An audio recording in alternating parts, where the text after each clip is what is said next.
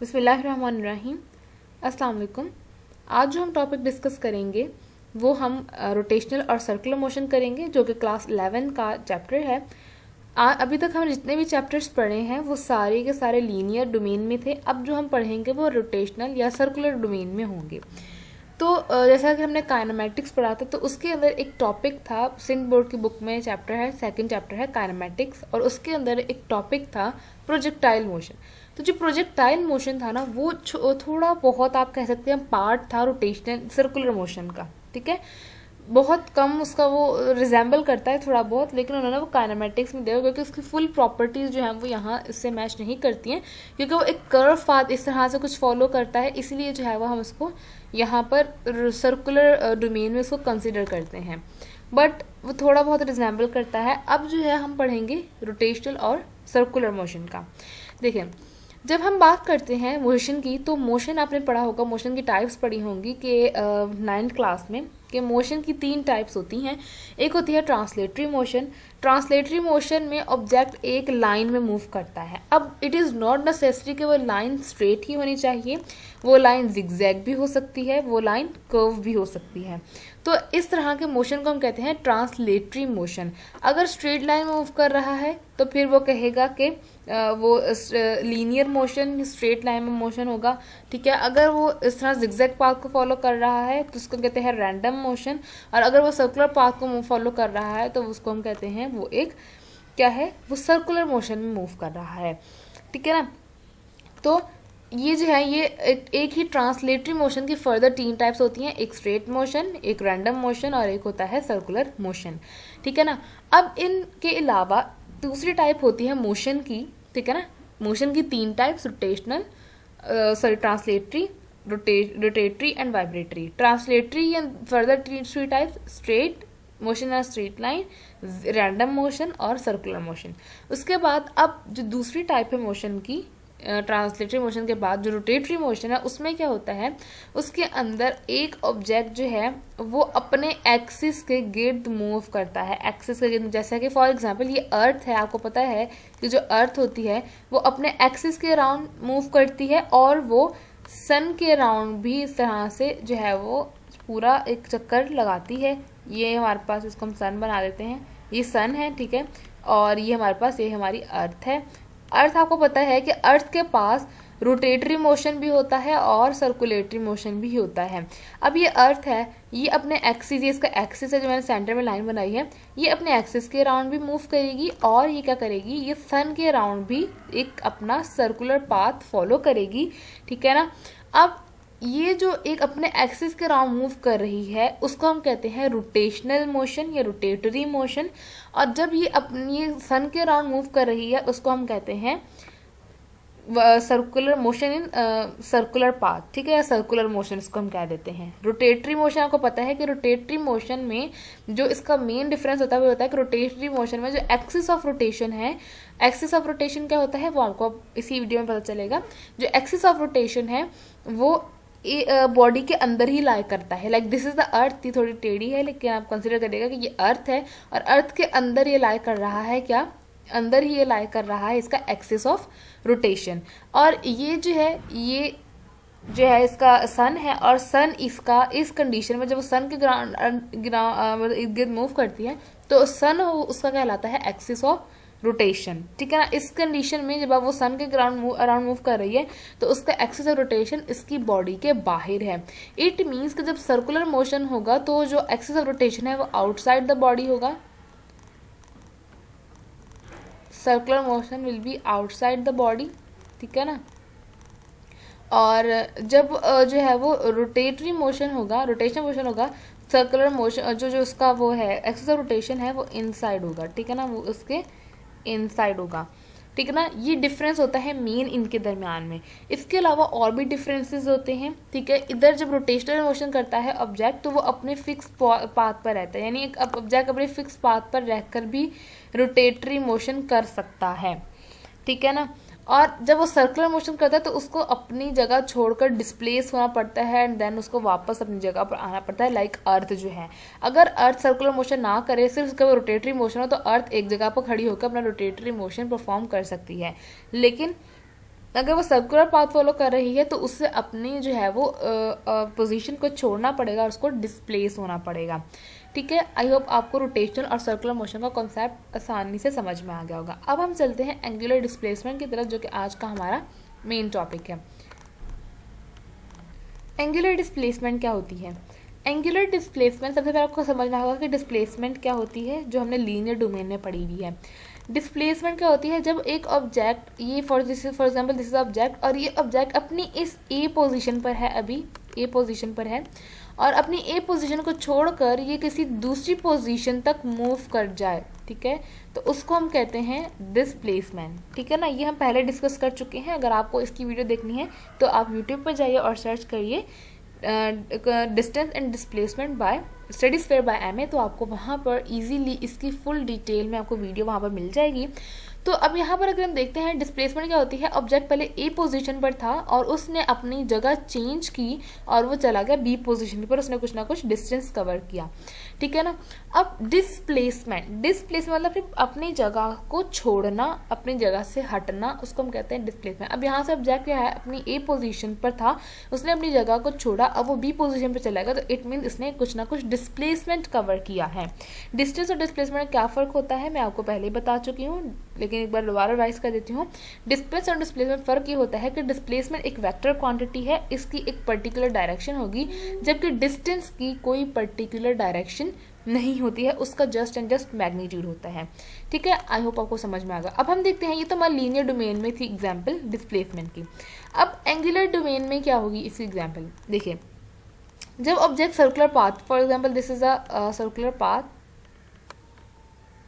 Like this, circle थोड़ा सा टेढ़ा है, आप कंसिडर करिएगा, और यहाँ पर एक ऑब्जेक्ट जो है वो यहाँ पर है ए पोजीशन पर, ठीक है ना, ए पोजीशन पर है, ये एक सर्किल है, और यहाँ से आपको पता है कि सेंटर ऑफ द सर्किल से जो अब जिसका सर्कमफेरेंस तक का जो डिस्टेंस होता है उसको हम कहते हैं रेडियल लाइन। रेडियस और रेडियल लाइन में फ़र्क होता है, खैर उस पर हम नहीं जाते हैं, हम इतना कंसिडर करते हैं कि जो सेंटर ऑफ द सर्किल से जो उसके सर्कमफेरेंस तक का डिस्टेंस होता है उसको हम कहते हैं रेडियस। ओके, अब यहाँ पर एक ऑब्जेक्ट था, इसने क्या किया, यहाँ पर एक टाइम t1 पर ये यहाँ पर मौजूद था। ठीक है ना, मैं जस्ट ऐसे टाइम का बता रही हूँ कि कुछ ना कुछ टाइम हो रहा होगा जिसके ऊपर जब ये ऑब्जेक्ट जो है अपनी ए पोजीशन पर था। अब थोड़ी देर बाद ये ऑब्जेक्ट अपनी बी पोजीशन पर आ गया, यानी इसने कुछ टाइम की कंजप्शन हुई और ये टाइम t2 पर आ गया यहाँ पर ऐसे। ठीक है, अब आप देख रहे हैं कि टाइम इन यहाँ से ए पोजीशन से बी पोजीशन में आने पर इफ ये ऑब्जेक्ट जो है ये जो है सर्कल के सर्कमफेरेंस पर इसने कुछ ना कुछ डिस्प्लेसमेंट कवर की है। यहाँ से यहाँ तक डिस्प्लेस होने की वजह से यहाँ पर सर्कल के सेंटर पर एक एंगल सबटेंड हो रहा है। इसी एंगल को हम कहते हैं एंगुलर डिस्प्लेसमेंट। इसी एंगल को क्या कहते हैं, एंगुलर डिस्प्लेसमेंट। एंगुलर डिस्प्लेसमेंट, देखिए एंगुलर वर्ड यहाँ पर यूज हो रहा है, इसका मतलब यहाँ पर एंगल का कोई ना कोई रोल ज़रूर होगा। ठीक है, अब यहाँ पर देखें कि ये दोबारा से एक बार हम रिवाइज करते हैं कि ऑब्जेक्ट पहले अपनी ए पोजीशन पर था, तब टाइम t1 था। टाइम को अगर ना भी कंसिडर करें तो आप ऐसे देख लें कि टाइम एक ऑब्जेक्ट जो है वो अपने सर्कुलर पाथ में मूव कर रहा था और वो अपने पोजीशन ए पर था। उसके बाद कुछ देर बाद वो अपने बी पोजीशन पर चला गया और उसने सर्कल के सर्कमफेरेंस पर कुछ ना कुछ डिस्टेंस कवर किया। दिस इज और ये डिस्टेंस को हम कहते हैं आर्क लेंथ। इसको हम क्या कहते हैं, आर्क लेंथ। ठीक है ना, आर्क लेंथ। ठीक है, फुल फॉर्म नहीं लिख रही हूँ, आर्क लेंथ। ठीक है ना, आर्क आपको पता है कि ऐसे कुछ इस तरह का उसका होता है कि वो एक कर्व पाथ होता है, कर्व सी लाइन होती है, उसको हम कहते हैं आर्क। मैथ्स में आपने ज्योमेट्री में पढ़ा होगा। ठीक है ना, तो ये जो है ये आर्क लेंथ है जो कि सर्कल ने जो एक ऑब्जेक्ट ने सर्कल के सर्कमफेरेंस पर जो डिस्टेंस कवर किया उसको हम आर्क लेंथ कह रहे हैं। और इसने इस ऑब्जेक्ट के इसके सर्कमफेरेंस पर डिस्टेंस कवर करने की वजह से इसके सर्कल के सेंटर पर एक एंगल सबटेंड हुआ। सबटेंड का मतलब होता है बनना, एक एंगल बना जिसको इसी एंगल को हम कहते हैं एंगुलर डिस्प्लेसमेंट। इसी एंगल को कहते हैं एंगुलर डिस्प्लेसमेंट। अब ये एंगल बना क्यों, क्योंकि ऑब्जेक्ट डिस्प्लेस हुआ एक पॉइंट से बी पॉइंट तक। ठीक है, इसी वजह से हमने उसको कहा कि वो एंगुलर जो है वो डिस्प्लेसमेंट है। अच्छा, अब यहाँ पे मैं आपको बता दूं कि जब ऑब्जेक्ट के पास एंगुलर डिस्प्लेसमेंट होती है उसके पास लीनियर डिस्प्लेसमेंट भी होती है, बट वो ऑब्जेक्ट जिसके पास जस्ट लीनियर डिस्प्लेसमेंट होगी उसके पास एंगुलर डिस्प्लेसमेंट नहीं होगी। ये थोड़ा सा समझने का कॉन्सेप्ट है, आपने देखा होगा। समझना अच्छी बात है अगर आप याद रखेंगे, अगर नहीं भी रख रहे तो इसमें कोई इशू नहीं है। ये बात याद रखनी है कि जिस ऑब्जेक्ट के पास एंगुलर डिस्प्लेसमेंट होगी उसके पास लीनियर डिस्प्लेसमेंट भी होगी, but it's converse is not true. जिस ऑब्जेक्ट के पास लीनियर डिस्प्लेसमेंट होगी उसके पास एंगुलर डिस्प्लेसमेंट नहीं होगी। ठीक है, अब यहाँ पर हम चलते हैं इसका जरा इसकी डेफिनेशन देखते हैं कि क्या है जी। तो यहाँ पर हमने इसकी डेफिनेशन निकली है कि एंगुलर डिस्प्लेसमेंट क्या होती है, the angle subtended at the centre of the circle when an object covers some distance along the circumference of the circle is called angular displacement. यानी अगर कोई ऑब्जेक्ट सर्कल के सर्कमफेरेंस पर कोई डिस्टेंस कवर करता है तो सर्कल के सेंटर पर एक एंगल बनता है और उसी एंगल को हम कहते हैं एंगुलर डिस्प्लेसमेंट। एंगुलर डिस्प्लेसमेंट को जो है वो हम थीटा से रिप्रेजेंट करते हैं, थीटा से रिप्रेजेंट करते हैं। ठीक है, इसका फॉर्मूला क्या होता है, ठीक है, इसको इससे रिप्रेजेंट करते हैं थीटा से। और अब देखते हैं इसका फॉर्मूला को। तो हमें पता है कि जो आर्क लेंथ है ना, आर्क लेंथ, इसको हम एस से रिप्रेजेंट करते हैं, एस। ठीक है, और ये जो है इसको, ये हमारे पास जो रेडियस है इसको हम आर से रिप्रेजेंट करते हैं। ठीक है, तो हमें पता है कि अब एक आपको समझाती हूँ एग्जाम्पल, उसके बाद हम इसको फॉर्मूला पर चलते हैं। यहाँ पर एक वही वाला सर्कल है, ठीक है, और यहाँ पर इस ए पोजीशन पर दो ऑब्जेक्ट्स पड़े हुए हैं, इस ए पोजीशन पर दो ऑब्जेक्ट्स पड़े हुए हैं लाइक दिस। ठीक है ना, ये यहाँ पर पड़े हुए हैं, यहाँ पर मैंने यहाँ पर साइड पे बना दिया ताकि यहाँ थोड़ा सा प्रोमिनेंट हो जाए। ठीक है, अब जो है एक ऑब्जेक्ट ने मूव किया यहाँ से, वो यहाँ से चला गया बी पोजीशन तक। एक ऑब्जेक्ट ने बी पोजीशन तक मूव किया और उसकी यहाँ पर उसने कुछ ना कुछ थीटा सबटेंड किया सर्कल के सेंटर पे। इसी तरह से ये जो दूसरा ऑब्जेक्ट है वो यहाँ से डायरेक्ट गया वो यहाँ सी पोजीशन तक। ठीक है, सी पोजीशन तक गया।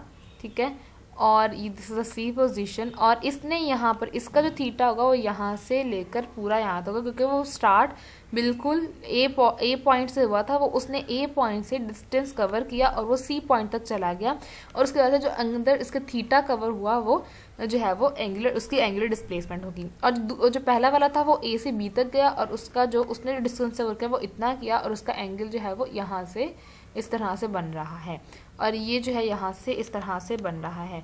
आपको क्लियर नजर आ रहा होगा कि एक ऑब्जेक्ट जिसने ए टू बी पोजीशन कवर की है, डिस्टेंस कवर किया है, उससे जो एंगल बन रहा है, उसके कवर करने से डिस्टेंस जो एंगल बन रहा है थीटा, वो छोटा है एज कंपेयर टू उस बॉडी के जिसने ए से सी तक कवर किया है डिस्टेंस, और उसका जो थीटा उसका जो सेंटर, उसकी वजह से जो सर्कल के सेंटर पर एंगल बन रहा है वो ज़्यादा है। ठीक है ना, तो इसमें क्या होगा कि यहाँ पर मेरे पास एक फॉर्मूला बनेगा, S directly proportional to theta. ठीक है, S directly proportional to theta. It means कि जितना एंगल बढ़ेगा उतना ही ज़्यादा आर्क लेंथ, यानी जितनी आर्क लेंथ होगी, दोनों कन्वर्ट कर सकते हैं, जितना एंगल ज़्यादा होगा उतनी आर्क लेंथ ज़्यादा होगी, या फिर जितनी हमने देखा कि जिसने ज़्यादा डिस्टेंस कवर किया, जिसकी आर्क लेंथ ज़्यादा थी उसका थीटा भी ज़्यादा था। ठीक है, जिसकी आर्क लेंथ कम थी उसकी थीटा भी कम था। तो हम ये एक रिलेशन निकाल सकते हैं कि जो आर्क लेंथ है वो डायरेक्टली प्रोपोर्शनल होती है किसके, एंगुलर डिस्प्लेसमेंट के। अब यहाँ पर प्रोपोर्शनैलिटी का साइन हटाने के लिए हम एक कांस्टेंट लगाते हैं, वो कांस्टेंट क्या होता है, एस इक्वल कांस्टेंट। सर्कल में क्या होता है आपको पता है कि सर्कल में कांस्टेंट इसका रेडियस होता है, जो कि यहाँ पर यूज हो रहा है। वैसे डायमीटर भी कांस्टेंट होता है बट यहाँ पर इसका रेडियस कांस्टेंट होता है, और थीटा आर थीटा जो है वो, ये हमारे पास आर्क लेंथ का फॉर्मूला आया, ये हमारे पास एंगुलर डिस्प्लेसमेंट का फॉर्मूला नहीं आया, हमारे पास आर्क लेंथ का फॉर्मूला आया है। अब ये जो आर्क लेंथ है, अब मुझे जो थीटा चाहिए, मुझे आर्क लेंथ नहीं चाहिए, तो मैं क्या करूँगी, थीटा निकालने के लिए इस आर को ये जो आर है इसको मैं यहाँ ले जाऊँगी, और ये मेरे पास आ जाएगा S divided by R equals theta. अगर मैं s को r से डिवाइड करूँ तो मेरे पास थीटा आ जाएगा। ठीक है, तो ये इसका फॉर्मूला होता है। अच्छा, इसका कोई यूनिट नहीं होता है, एंगुलर डिस्प्लेसमेंट का कोई यूनिट, ऐसा यूनिट नहीं होता है। देखें कि अब यहाँ पर अगर हम यहाँ से निकालें, इसी के थीटा को सामने लिख देते हैं हम, अगर हम यहाँ से निकालें तो ये जो है आर्क लेंथ है, ये भी एक डिस्टेंस है, लेंथ है, ठीक है ना। तो इसका यूनिट क्या है, इसका यूनिट भी मीटर है। इसी तरह से ये जो रेडियस है आर, ये भी एक लेंथ है, इसका यूनिट भी मीटर है। मीटर से मीटर कैंसिल, यहाँ पर इसका क्या आएगा, नो यूनिट, नो यूनिट। ठीक है, इसका कोई यूनिट नहीं होता। इसके अलावा इसकी अगर यूनिट नहीं है तो इसकी डायमेंशन भी नहीं होगी। इसका मतलब इसकी नो डायमेंशन, कोई भी डायमेंशन इसकी नहीं होगी, क्योंकि इसके पास कोई भी यूनिट नहीं है। बट स्टिल आपने देखा होगा ऐसा यूनिट नहीं है, बस स्टिल आपने देखा होगा कि हम जो है एंगुलर डिस्प्लेसमेंट को मेजर करते हैं रेडियन में, डिग्रीज में, रेवोल्यूशन में। तो आपको ये नोट करना है कि वो जो यूनिट्स हैं वो ना तो बेस यूनिट्स हैं ना ड्राइव यूनिट्स हैं, वो यूनिट्स बिलोंग करते हैं सप्लीमेंट्री यूनिट्स से। सप्लीमेंट्री यूनिट्स जब आपने फर्स्ट चैप्टर पढ़ा होगा तो उसमें SI सिस्टम, जो हमने सिस्टम पढ़े थे यूनिट के, उसमें SI सिस्टम था, और SI सिस्टम को हमने 3 यूनिट्स में डिवाइड किया हुआ था, base system, base unit, drive unit और सप्लीमेंट्री यूनिट्स।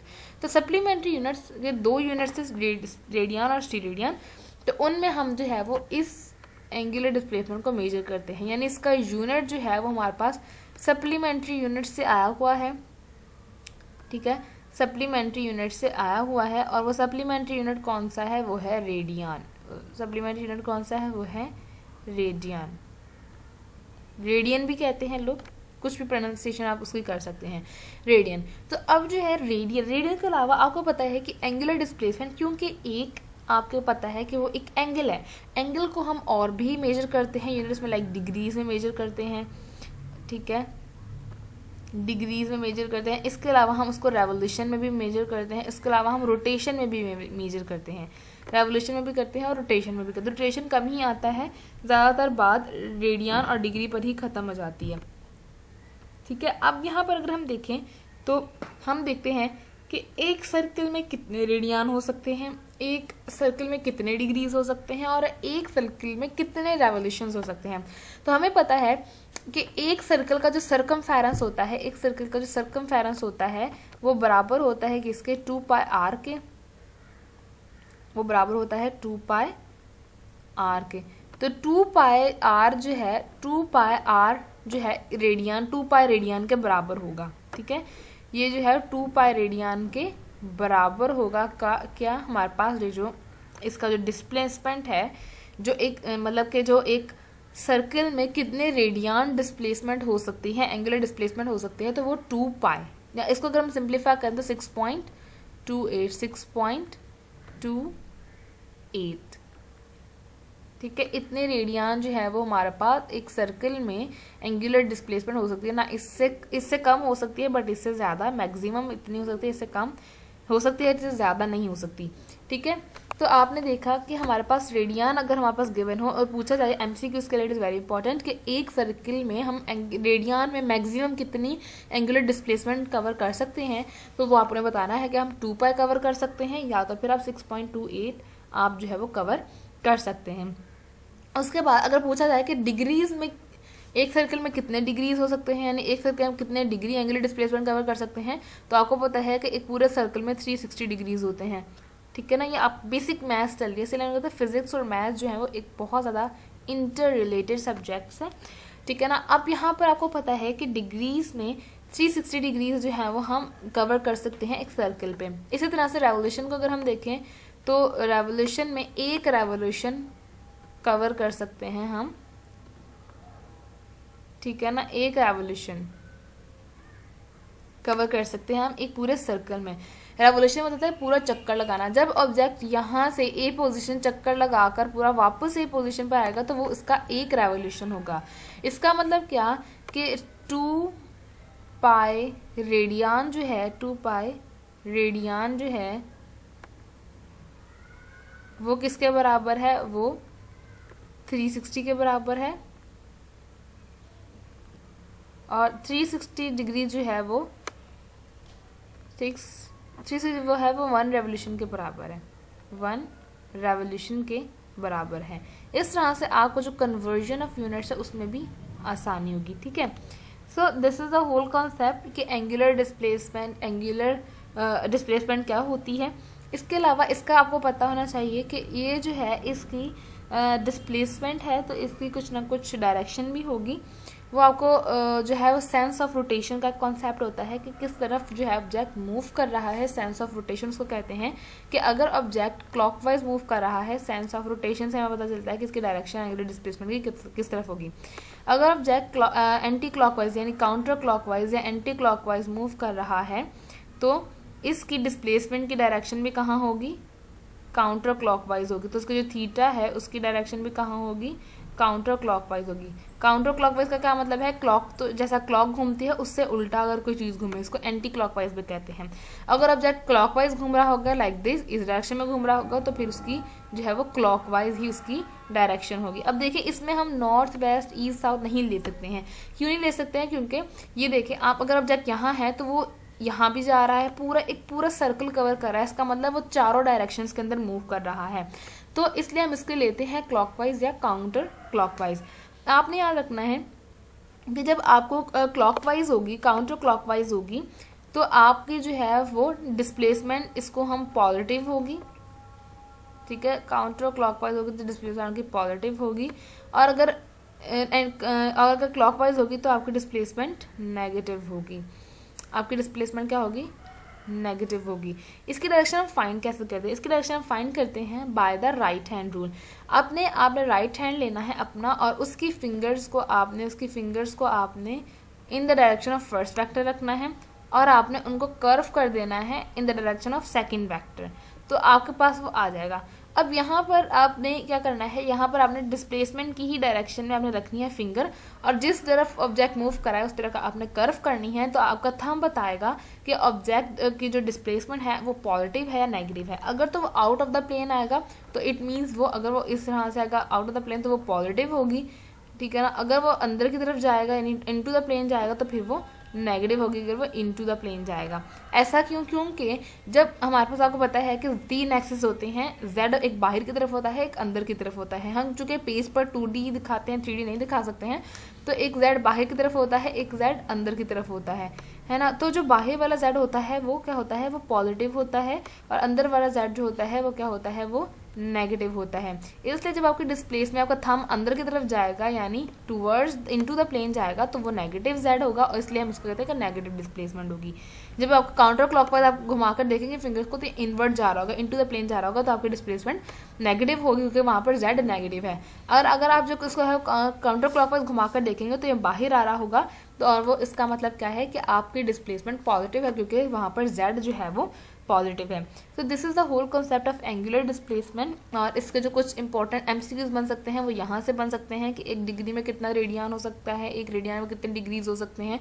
वो आप यहाँ से ये जो यहाँ की लाइन बनाकर दी है यहाँ से आप इजीली कन्वर्ट कर सकते हैं डिग्री को रेडियन और रेडियन को रेवोल्यूशन में, ठीक है। और इस तरह से इसका कन्वर्ट भी आप कर सकते हैं। So this is the whole concept about the angular displacement.